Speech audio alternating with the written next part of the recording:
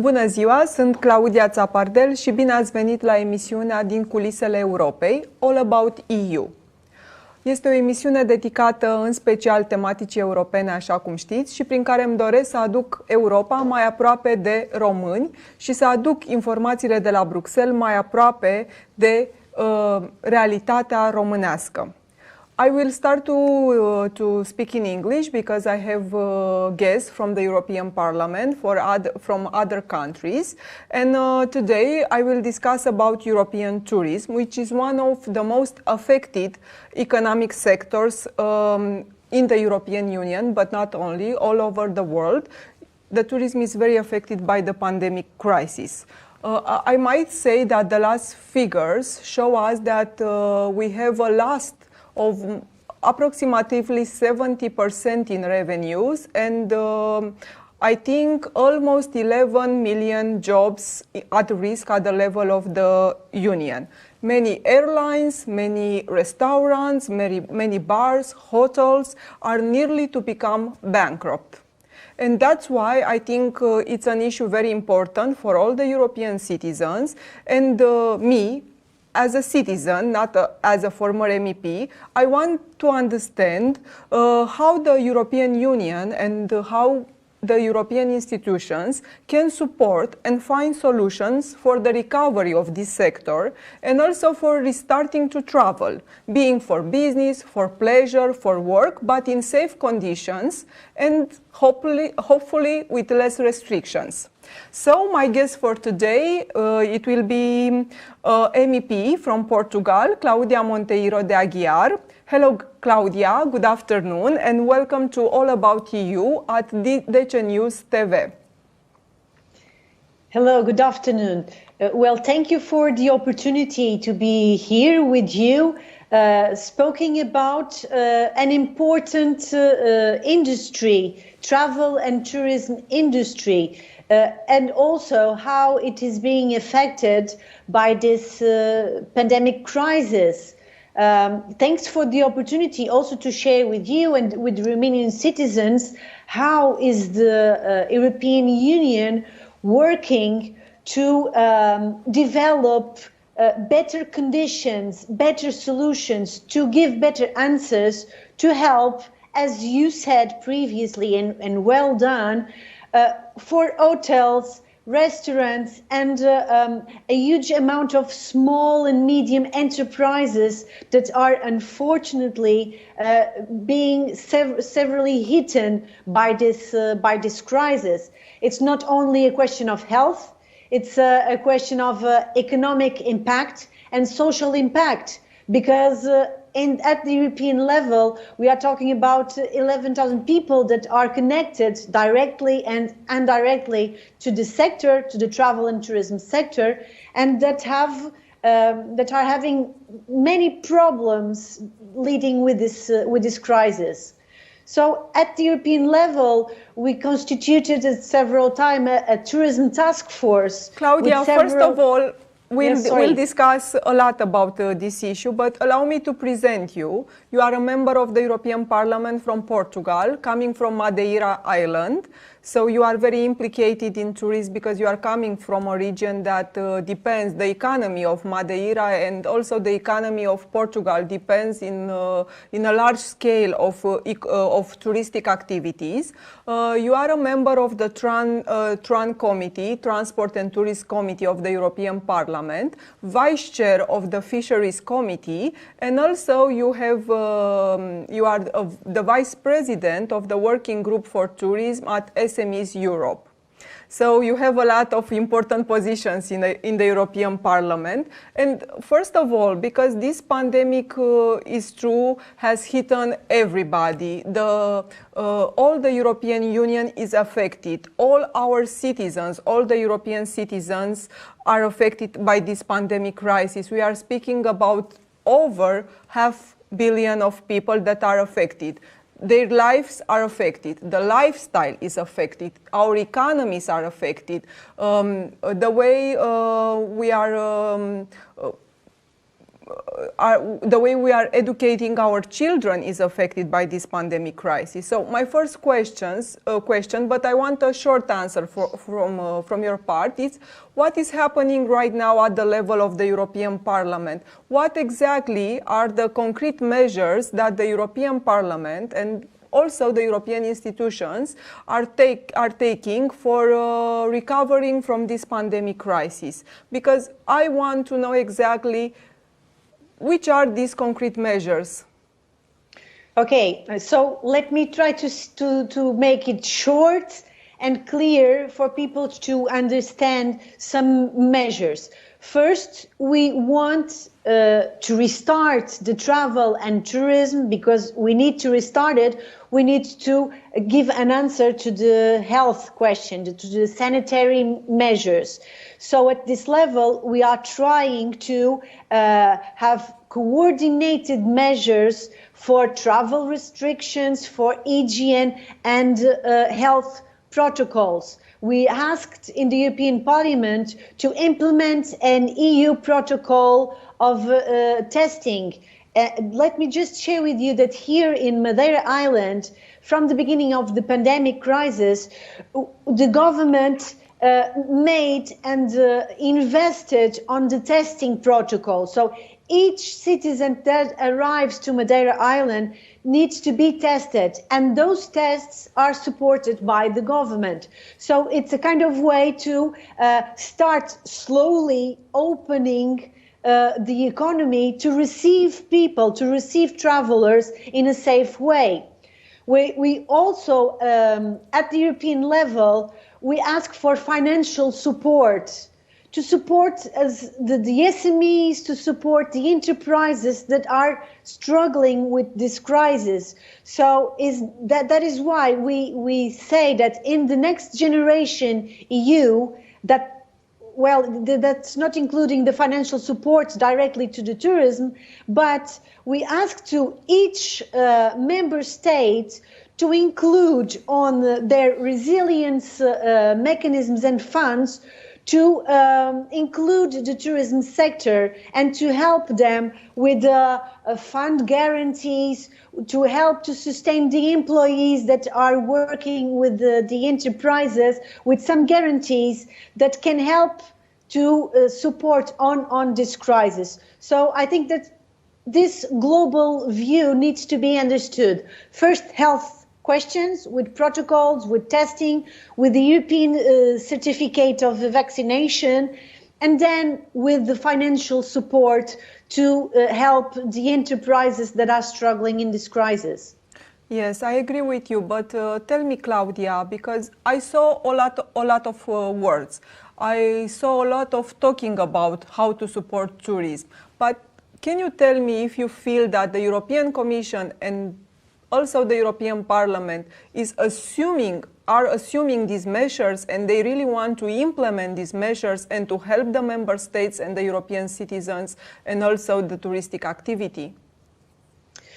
Well, Claudia, let me just share with you that this has been a huge work from the side of the European Parliament, because we wanted the Commission to understand the importance of the tourism and the travel industry. And for that, we ask for a budgetary line for this industry, because it's needed. You can not only say that you will support if you don't have the instruments, the financial instruments to support the industry. So we are talking about maritime tourism, aviation sector, the road industry that is also implicit here. So we are asking for that support. I think that in this precise moment, the European Commission has already shown some interest on helping it.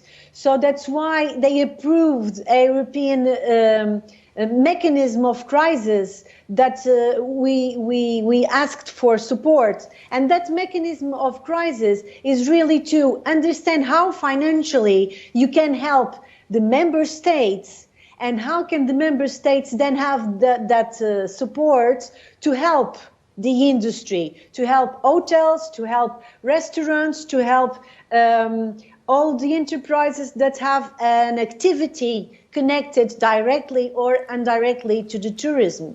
So I think that this work is starting to have some answers now. Do you think that at this moment European Commission can assume a strategy for European tourist development? Because I think it's the perfect moment to do this, because now tourism is at the ground. So what they wait for it? It is the perfect moment to finally have a strategy for the European tourist development. Perfect.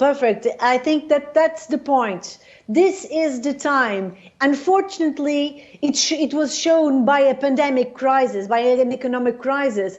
But I think that the sentence that we use a lot, and I use it personally a lot, we will not have a recuperation, a reboost of the EU economy if we don't have the tourism sector or the tourism industry helped and rebuilt. And that needs to have an European tourism policy, and that is why we ask for the future, in the short term, we should have a department for tourism on the agencies that already exist.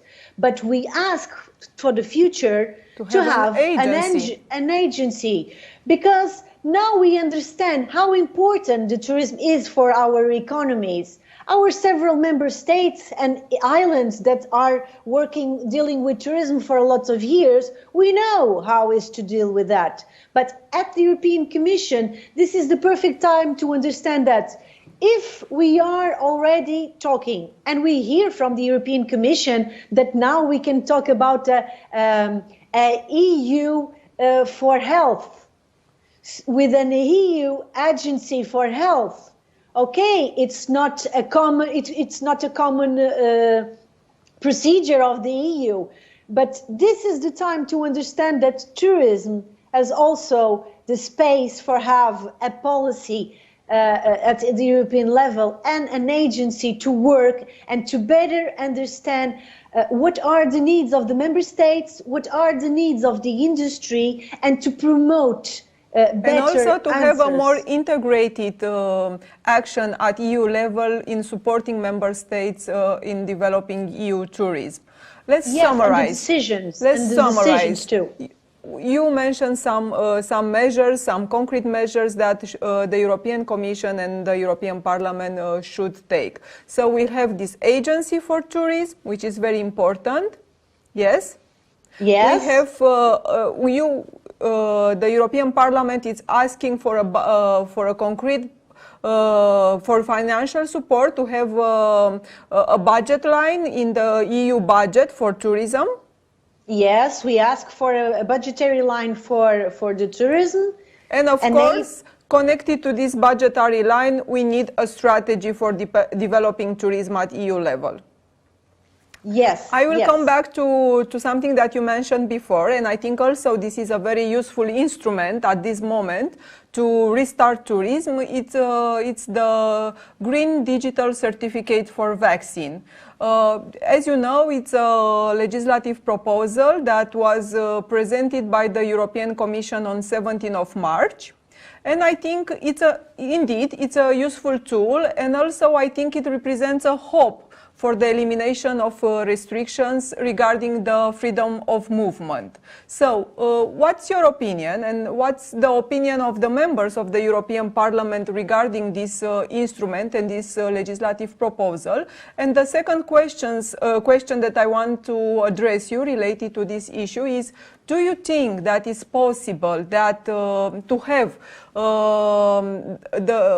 this legislative proposal to be adopted in the European Parliament, to reach the political agreement, and then to be really implemented and to be effective used by the member states until the 1st of June, in fact until the beginning of the summer holiday? Because I think this is the challenge. And it will be great if this will happen, but I was a member of the European Parliament, and I know that things are not going so smoothly when you start to negotiate on a legislative proposal.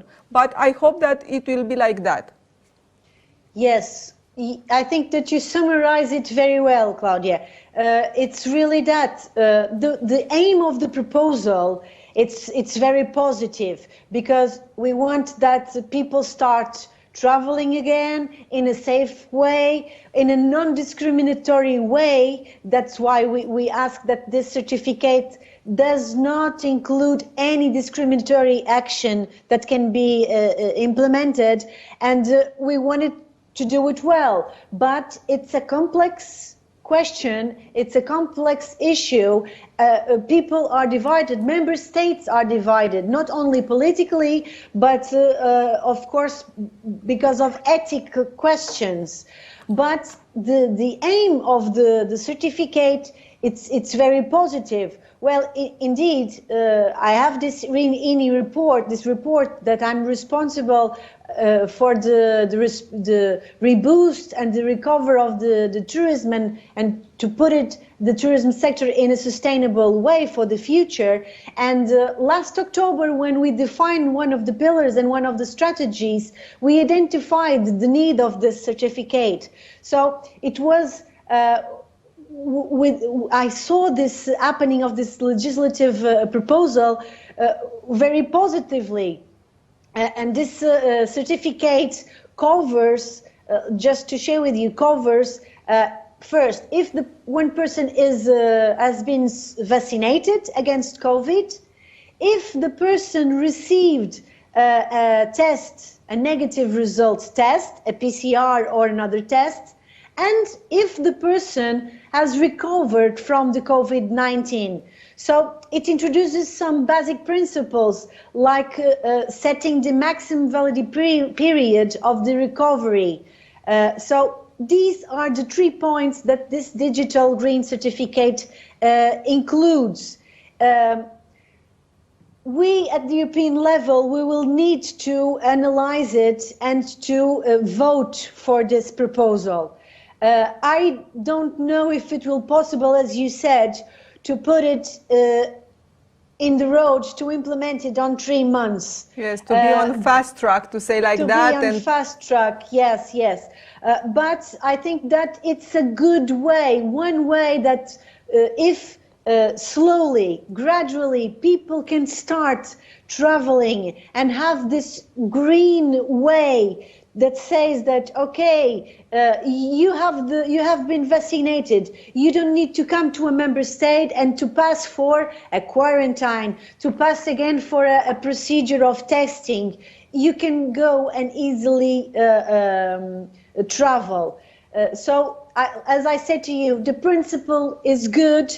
I think that we need to define really the red lines that can implement no discrimination between citizens, but that can allow the free movement of citizens in a more clear and harmonized way. Because what we saw in the beginning of this pandemic crisis was each member state doing their rules. Exactly. And so for the citizen, for the traveler, for the person that wants to travel, to go within 27 different rules, it's very difficult, even for the enterprises that want to have their personal workers going to several member states. Having different measures, it's a huge mess for the people who are traveling. So that's why we ask for harmonization, for clear rules that can permit travelers to do it in a safe way. Yes, I agree with you, Claudia, and I think it's very important to set this, to see which are the red flags, but also to help people to travel. And also, I think it's common sense to understand that if you already received the vaccine, or you can prove that you had the disease and now you have the antibodies, to be accepted from bans at entry in a country, to be accepted from testing, and even to be accepted from quarantine, because there are countries that are still imposing quarantine when you are entering in their territory. So I think it's very important, and I hope that it will be a useful instrument for integrating again the travel and the freedom of movement at EU level, but also maybe to encourage to extend this instrument also worldwide. And now yes. If you just yes. give me the chance to see that the European Commission also put it like a flexible way.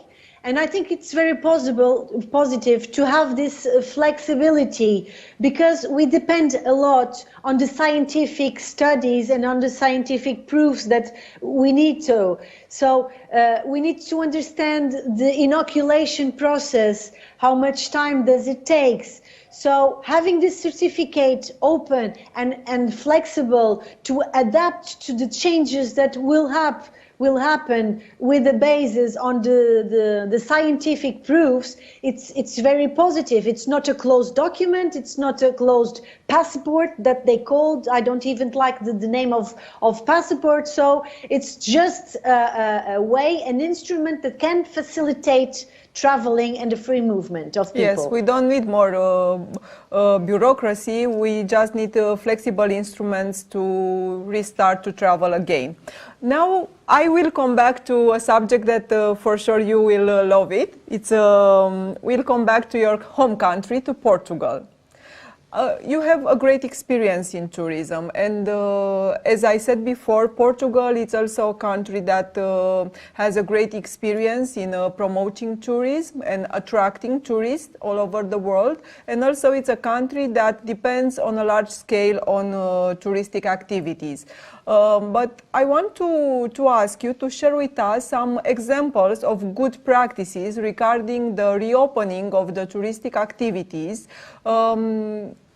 to see if it's possible to restart the activity of restaurants, of hotels, bars, and also to be sure that we are not losing any more jobs at EU level and in every member state in these sectors. And also another activity that is very affected by this pandemic is the cultural and entertainment activities, which are also very much related with the tourism sector. So can you share with us some good practices from Portugal? Well, from the point of view of the health pandemic, as I said in the beginning, I think it's a great example that in Portugal, especially in the outermost regions, that we have the Madeira Island and the Azores, but I can speak about Madeira. I think that the investment that it was done by the government, and I think that this could be a good practice that could be spread to all the European member states. It has to be a good protocol test. If you support the protocols of testing people that arrives to your country, and if the European Union could help to support financially this implementation. Claudia, do you think that testing should be free of charge at the level of EU, and of course the member states should receive this financial support to assuring free testing at the level of the member states for all the EU citizens? I do believe that was a good practice and a good way. That is why I'm giving you the example, because having these tests and the costs of the test being supported by the governments with the support of the EU, this could also benefit all the enterprises, all the ecosystem that is connected to the tourism. So this is a way of making people equal at the same stage. In this case, the discrimination is not possible because you can support the costs, and for instance, family that have 3 or 4 children to travel and to support the costs of a test when going to another country, it's a huge amount of money that we are talking about.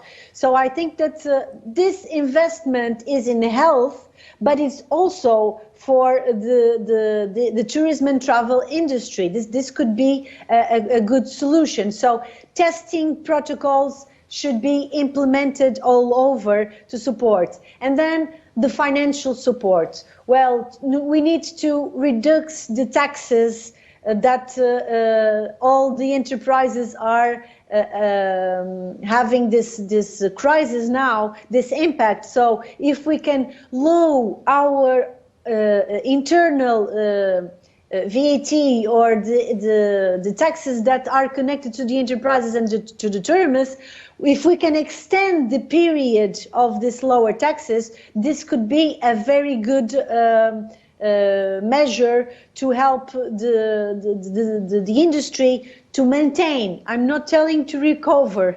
I'm just asking to maintain in this period.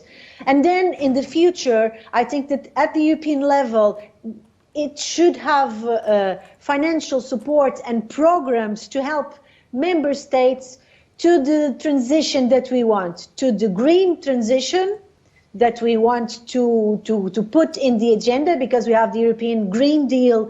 So we also want that the travel and tourism industry can make this change of ways. But for that changing, we need help. We need to help them. And so to a greener transition, to a digital transition, we need to give the financial support for that, for the industry, but also just to share to you a thought, it's that we need to understand that this change will need improvement of skills of the human resources. So you will need to bet on the skills of the human resources. People need to be keen to work in this greener economy, in this bluer economy, or in this digital economy that we want, that we are facing it.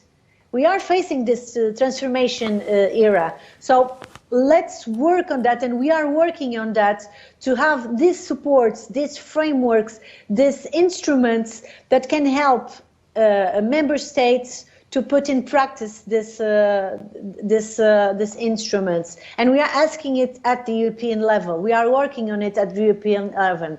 If the European Commission understands this, then we are doing a good work in putting people's life, citizens' life, on a better phase. Yes, it's true, Claudia, and because you mentioned the Green Deal, we can say that we are the generation of Green Deal at the EU level, but also the generation of the digital era and the digital development at the EU level. And I want to ask you, because I saw that and I know that in the recent years, Portugal has also become, let's say, the home of an Europe hub for startup companies focused on tourism. And I want to ask you to develop a little bit about this subject, but also I want to ask you about something that I think is very interesting, and for sure it will be an example of good practices. I heard that you have a Nomad digital village in Madeira. What exactly is this Nomad digital village? Can you tell me more about it?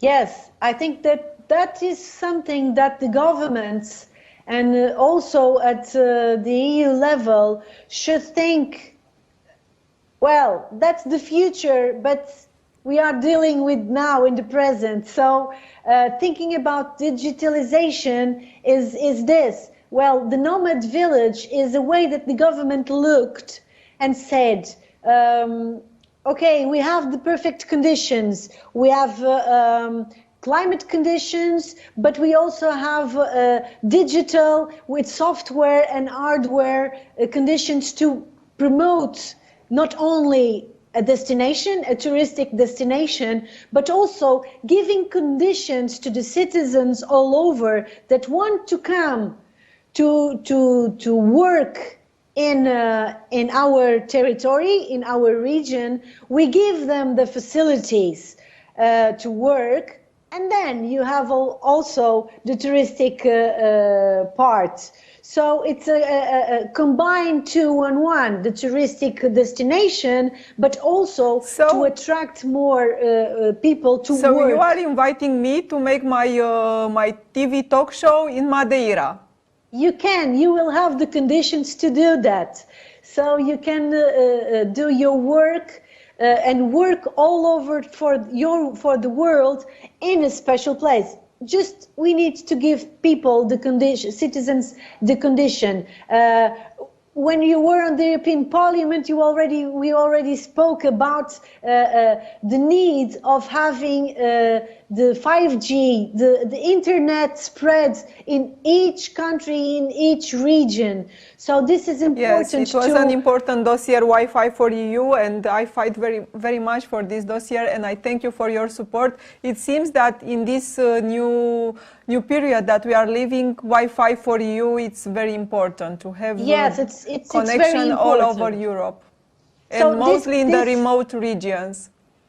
Yes, especially. But as you ask me for Portugal as a country, these conditions that I spoke about, the Nomad village, it's also the same conditions that Portugal understood that it was needed to attract more enterprises, or even to promote the way that entrepreneurs could create their own work or their own enterprise.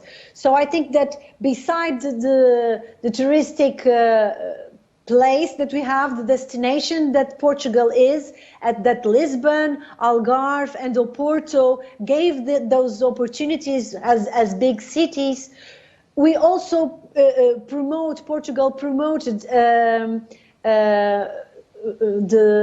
the Web Summit. As you know, we have this huge technological summit. So this is a kind of way to attract young people, to attract people that want to be in Portugal and to build a new way of working, and to create new enterprises and to be entrepreneur. So if this could be spread at the European level, to see as a good practice, and how the financial support and the support of the governments to help people to make the transition to this digital era, you need to give them tools. You need to give them space, physical space, and you need to support with the software and the hardware materials to promote that. Yes, I agree with you. I think it's a great idea, and of course this idea should be supported also by the European Union, and of course that it should be spread all over in all the member states of the European Union. And now, because Claudia, you are a member of the TRAN committee and you are also very active on transport issues. And I want to ask you if at this moment there are some concrete solutions, there is financial support, some subsidies or other kind of measure for supporting the airlines, because also the airlines companies have been severely affected by this pandemic crisis. Yes, of course. At the TRAN committee, we also support very hardly the question of the aviation, because we all know that the planes are down, are inland, so people are not traveling. So of course that the supports need to be directed to those companies, because the help should be needed, because companies mean people that are working for those companies, and the aviation sector has a lot of indirect enterprises that work through the aviation, the handling system, people that are working with the handling, and so yes, we have already put in practice some help, and we on the last voting that we had, we asked to more flexibilities to the state aids, so that member states can help enterprises with more flexibility. Allow me to explain that normally the state aid is forbidden by the legislation of the European Union, and you are asking to the European Commission to accept that this kind of aid, the state aid, to be assured by the government to the national airline companies. Is that, yes, to flexibilize the state aid, because it's very strict, and the Commission always wants to have the reports on that, and that was one of the needs, and that was one of the things that we had to flexibilize the state aid, so that the member states can help better the enterprises that are connected with this pandemic crisis. Yes, and in the end, Claudia, in this summer, I can come in Madeira, in Portugal, and to have safe conditions, but also to enjoy all the gastronomic experience, all the natural experience, all the entertainment experience. What's your opinion? Well, you can come to Madeira. I can assure you that every Romanian that wants to come to Madeira, it will be well received here. It has to do 2 tests, one at the arrival and one after 5 days. No, I hope we will have the green digital certificate until then. Yeah, but for that we will need to have another debate around the vaccination and how it is going, the vaccination system all over. We need it to be more fast, not only Europe, because there are several questions that we had on the vaccination theme, but each member state also should be prepared to do this vaccination in a more quicker way, because that's the only solution that the tourism and travel industry will have. And for us citizens to have a new normal, we will hope that the vaccination procedure can be more easily done. But instead of that, we will need to do the work. We will need to promote hygiene protocols, to continue to use the mask, to continue to use those metrics around the hygiene solutions. And I think that especially countries that have tourism with a huge component of the GDP in their countries, they are very well keen on that, to promote safe and clean solutions to receive people. But that's why we ask also in our report for a European Union seal. Well, a seal that can promote this clean and safe European areas and zones. But we need all to do our work, to respect the restrictions that are imposed, and then to slowly open with the right conditions to have, a better summer. I truly don't believe that it will be the summer that we all want it to be, but we are creating the conditions to slowly reopen and to start gradually having an economy back. Claudia, we are coming to the end of the interview. It was a wonderful interview. I don't know when the time passed. And I want to ask you now, in the end, to share with us some thoughts, a message of support, of hope for the Romanian public, but also for the Portuguese public, because as you know, this talk show is broadcasted on social media. And of course, a message of hope for all the European citizens.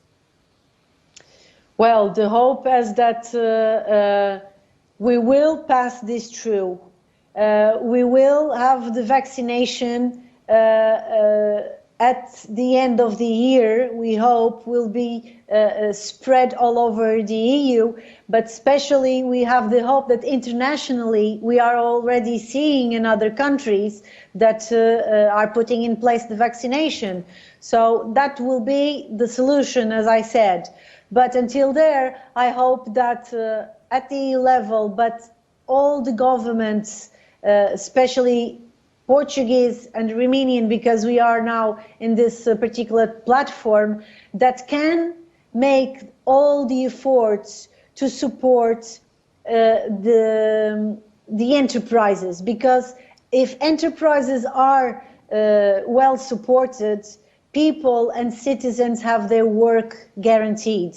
And that's the way that we want to guarantee, because we don't want more people to suffer of poverty and anger, and we need to do our work to push for our governments to support not only economically, not only thinking about the environment, but socially. We need to put all the measures on the social area to help people pass, because this crisis, it has a huge impact on social area. So we need to push for our governments, and we will do our work on that to help people pass this crisis. So let's all work together, and all the citizens need to do that with energy, with a positive way, because we will pass this crisis. And the tourism and the industry of travel and tourism